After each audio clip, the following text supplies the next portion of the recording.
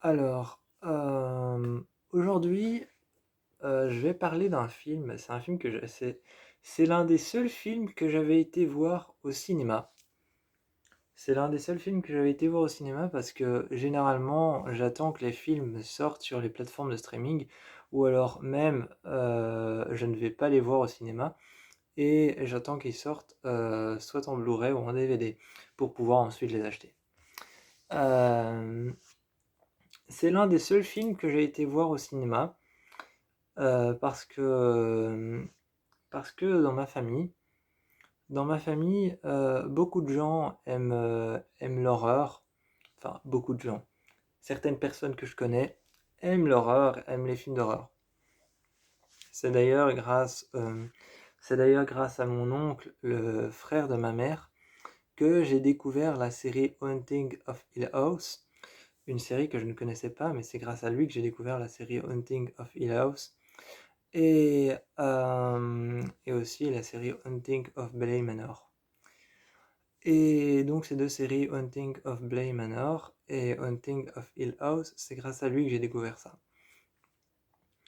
Euh, Aujourd'hui, on va parler du film Dans le Noir. Le film Dans le Noir raconte l'histoire de Rebecca et Martin, qui ont tous les deux une mère qui est malade. Elle est malade psychologiquement et ne va pas bien. Ces derniers temps, Rebecca, qui elle a su surmonter sa peur du noir et a su surmonter sa peur du noir et ses traumatismes envers le noir. Et aujourd'hui, c'est au tour de son petit frère Martin de surmonter sa peur du noir et de faire face à une créature étrange, qui a apparemment tué leur père. Et cette créature vivrait dans le noir et vivrait uniquement dans le noir.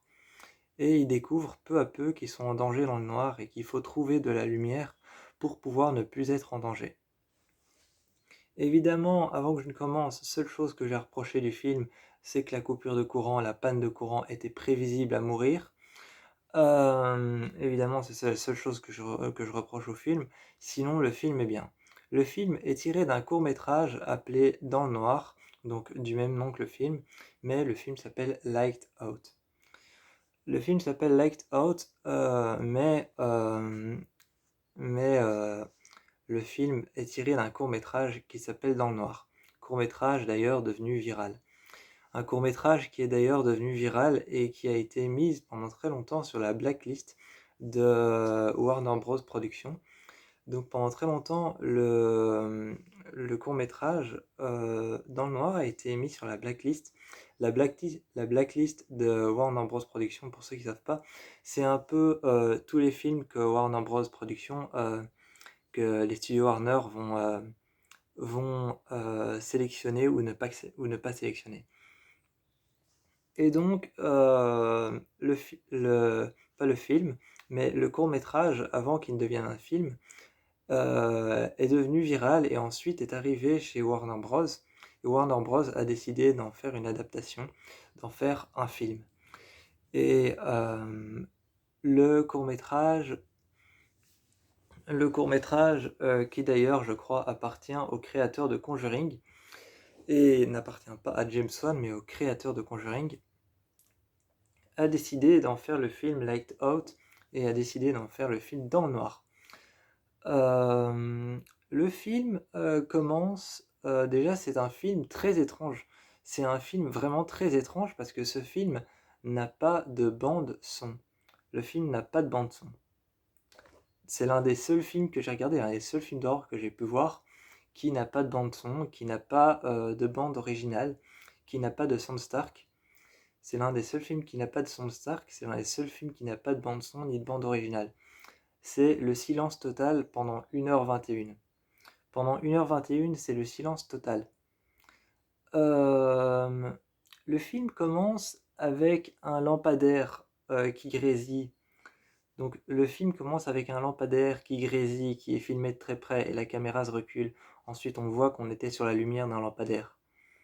Donc là, encore une fois, on a la peur du noir, hein. Évidemment, c'est ça que par le film, la peur du noir, une peur très enfantine et très connue dans le monde, la peur du noir. Donc, ensuite, le père de Rebecca et Martin travaillent dans un entrepôt de textile et les lampes qui éclairent l'entrepôt de textile font à chaque fois des espaces de zones d'ombre dans lesquels il peut se passer quelque chose.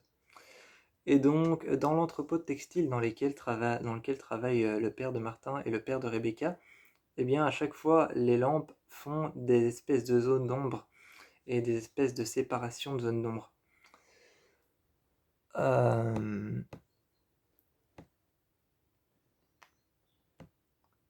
la première fois qu'on voit Diana, elle a ses jambes toutes serrées contre elle. Elle a vraiment ses jambes toutes serrées contre elle. Donc un peu comme un enfant qui se protège. Un peu comme un enfant qui se protège, elle a ses jambes toutes serrées contre elle et ses jambes partent un peu sur le côté. Donc on voit juste un peu son buste. On voit juste un peu son buste et on voit que ses jambes sont bien pliées contre elle.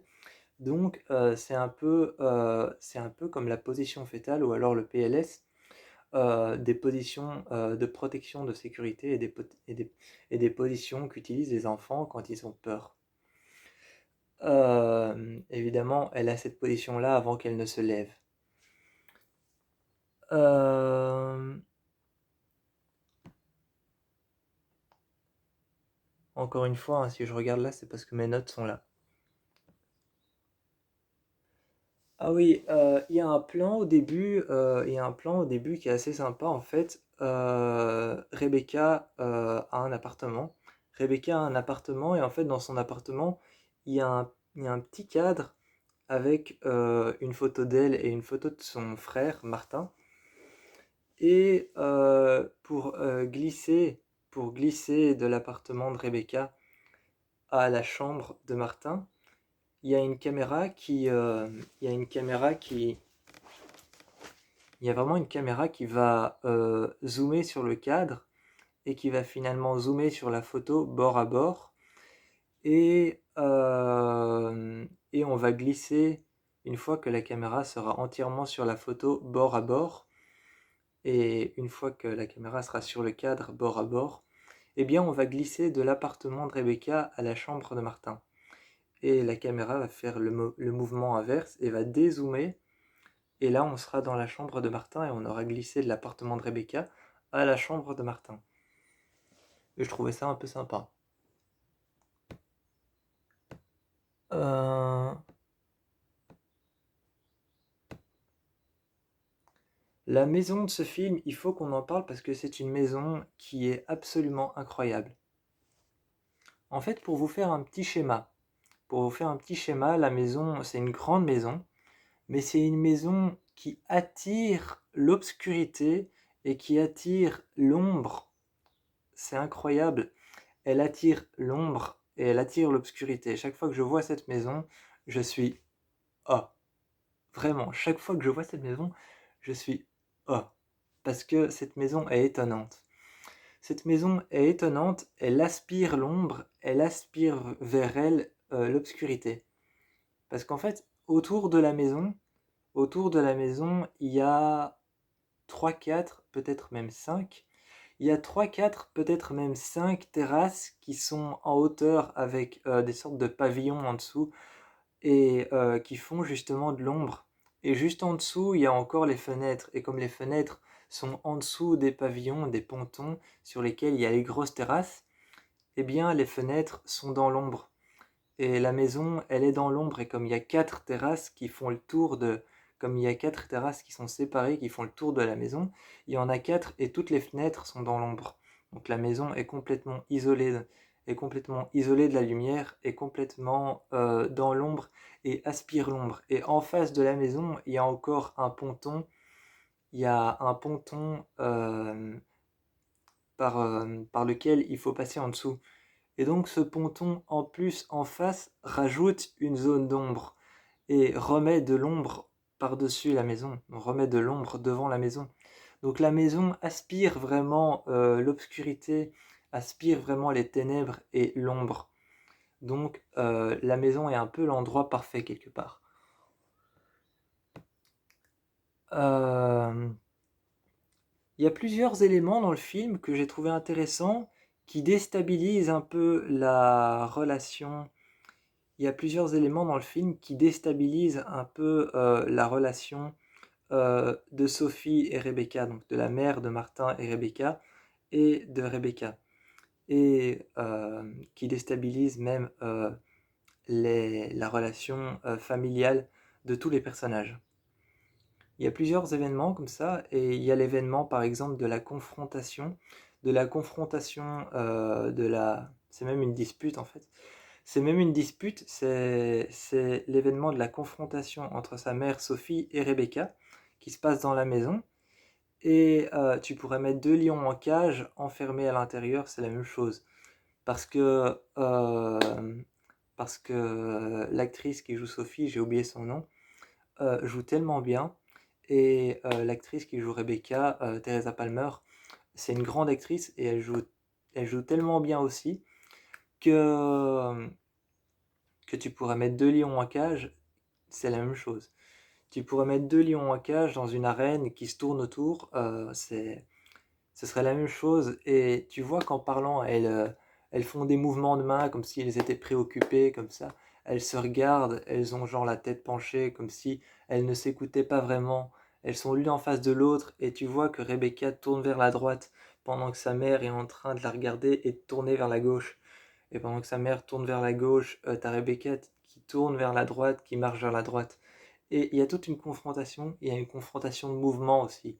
T'as Rebecca qui marche vers la gauche, et t'as sa mère qui suit son mouvement, mais en parallèle à elle, en marchant vers la droite. Et il y a une confrontation de mouvement, une confrontation de regard et une confrontation de jeu de main qui fait en sorte que tu les vois préoccupés. Donc, il y a cet événement-là. Euh, Il y a la maladie de Sophie aussi, la maladie de Sophie, la mère, qui est sous antidépresseur. Donc, c'est dit dans le film, elle est sous antidépresseur et elle fait une dépression nerveuse grave. Et, euh, et c'est vrai qu'elle fait une dépression nerveuse grave et qu'elle est sous antidépresseur, mais comme elle a inventé Diana de toute pièce, et qu'elle parle avec elle toute seule en pensant que Diana est réelle et qu'elle parle avec elle en l'inventant de toute pièce, on pourrait peut-être croire même que c'est un trouble dissociatif de l'identité, donc un TDI. Donc on pourrait même croire que sa dépression, c'est un trouble dissociatif de l'identité. Euh,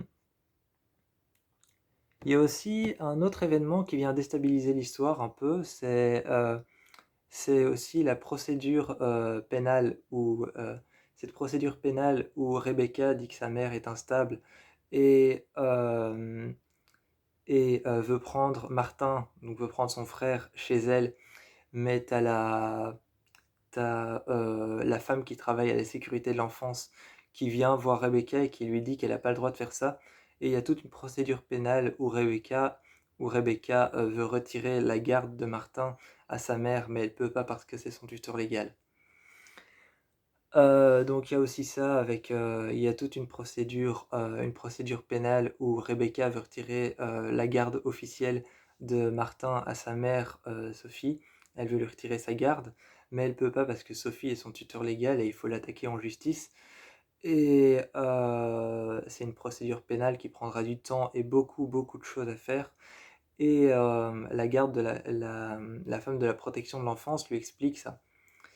Et t'as tout un truc qui tourne aussi autour de ça, et on explique cette procédure pénale et le fait que Rebecca veut retirer la garde de Martin à sa mère, mais qu'elle peut pas. Et on explique juste ça, mais t'as vraiment envie de le voir, mais tu le vois pas. Mais t'as envie de le voir quelque part. Alors, quelque part, quand tu regardes le film, quand il est fini, tu t'inventes un peu ton propre scénario après.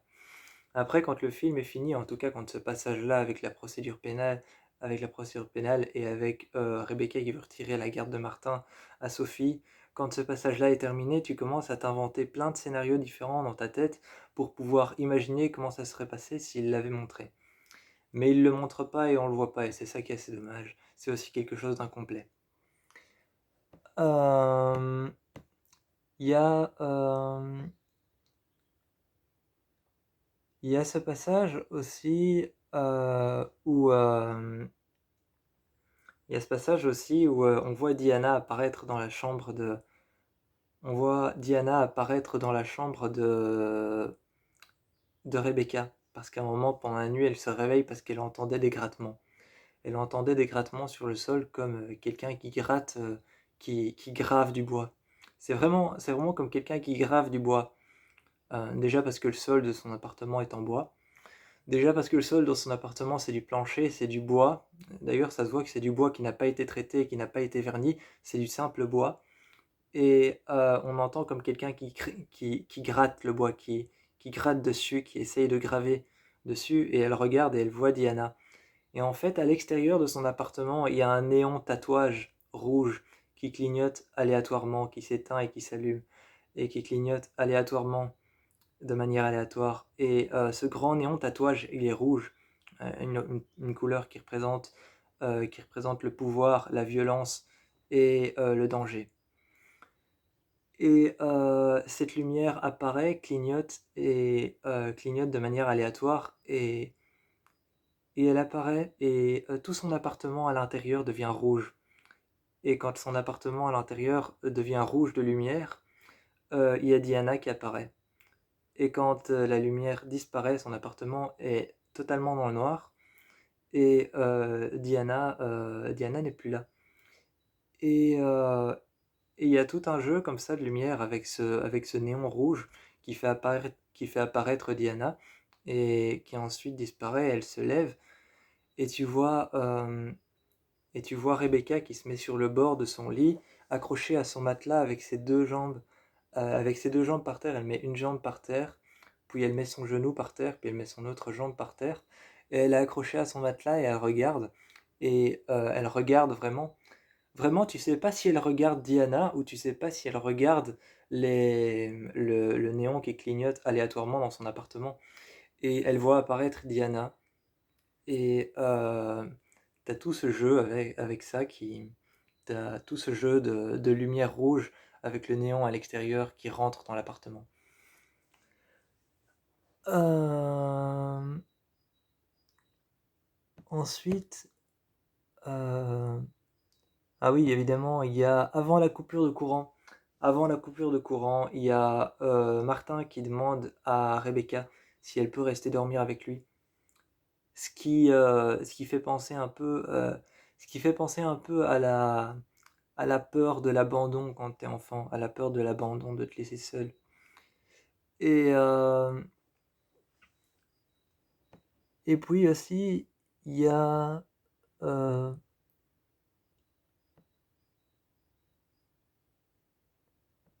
ah oui, un moment, quand ils cherchent de la lumière, Rebecca descend à la cave avec Martin et ils ouvrent une sorte de boîte à l'intérieur desquelles il y a plein de masques d'Halloween. D'ailleurs, je crois que c'est un petit clin d'œil au film, au tout premier long métrage de James Wan. Je crois que c'est Masque d'Halloween qui a dans le, ces masques d'Halloween qu'il y a dans la boîte qu'ils ouvrent. Je crois que c'est une référence au film Dead Silence, qui est le tout premier long métrage de James Wan, parce que James Wan a une grande fascination pour les poupées, et je crois qu'en fait ces masques, c'est une référence à son tout premier long métrage, Dead Silence, et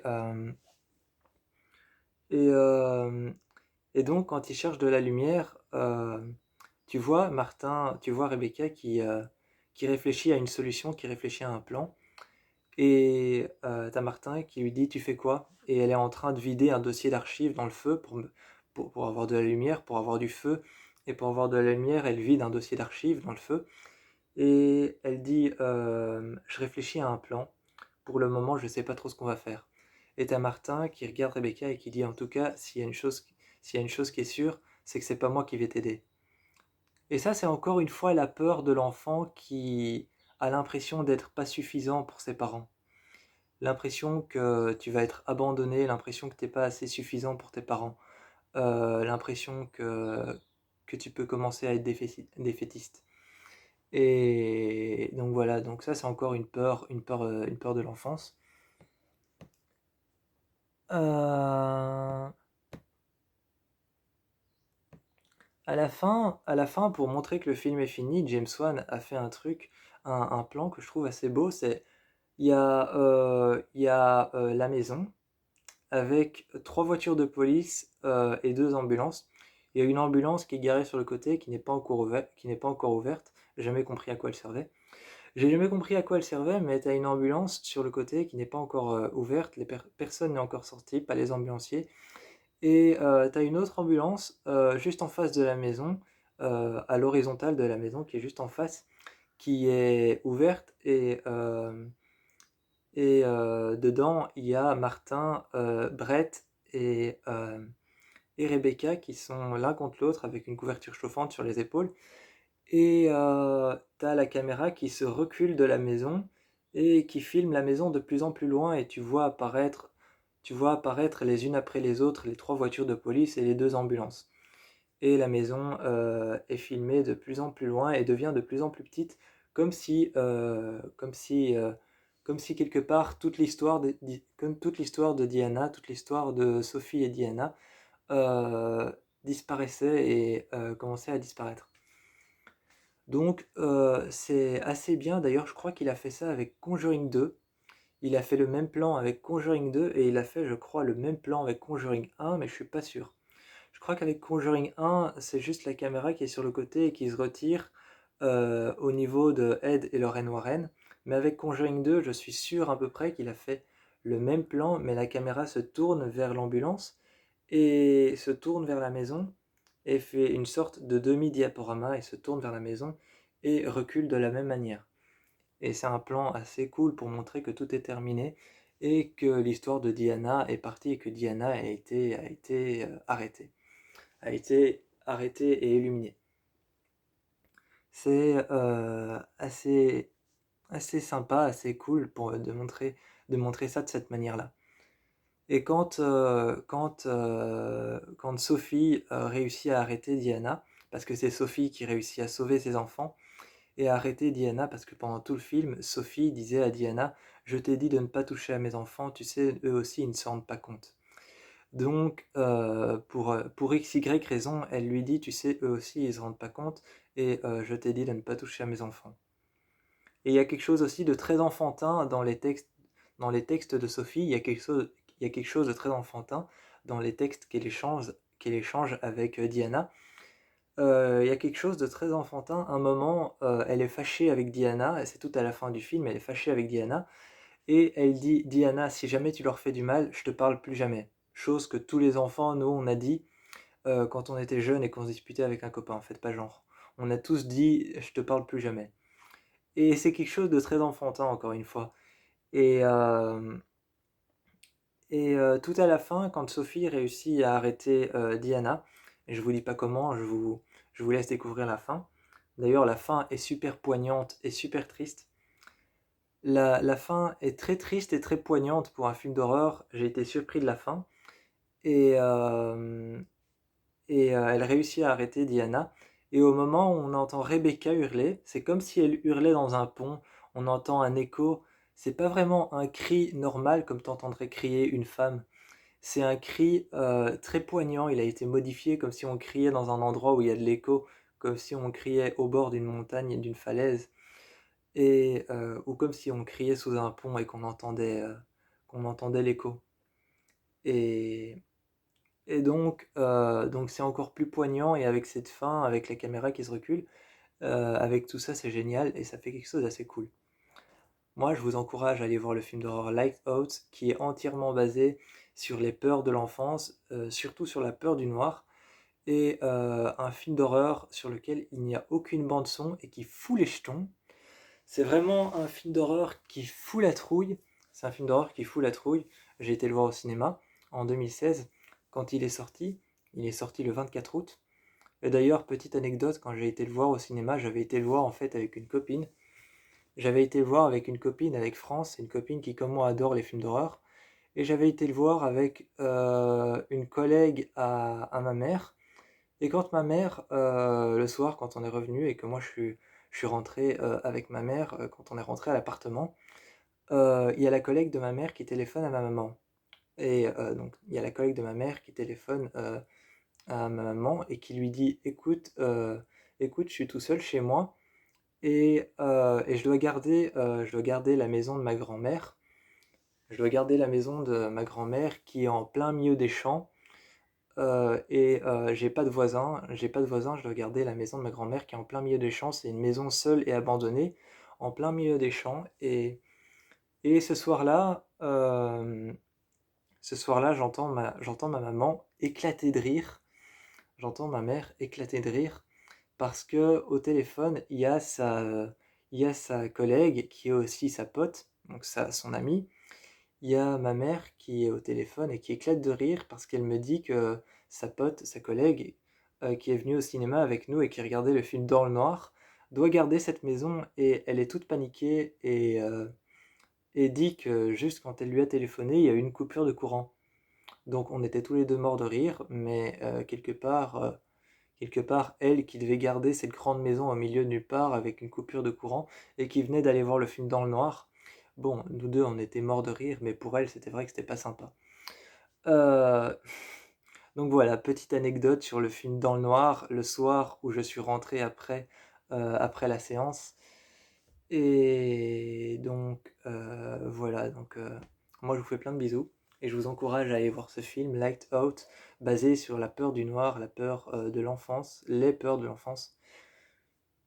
Et je vous encourage à aller le voir.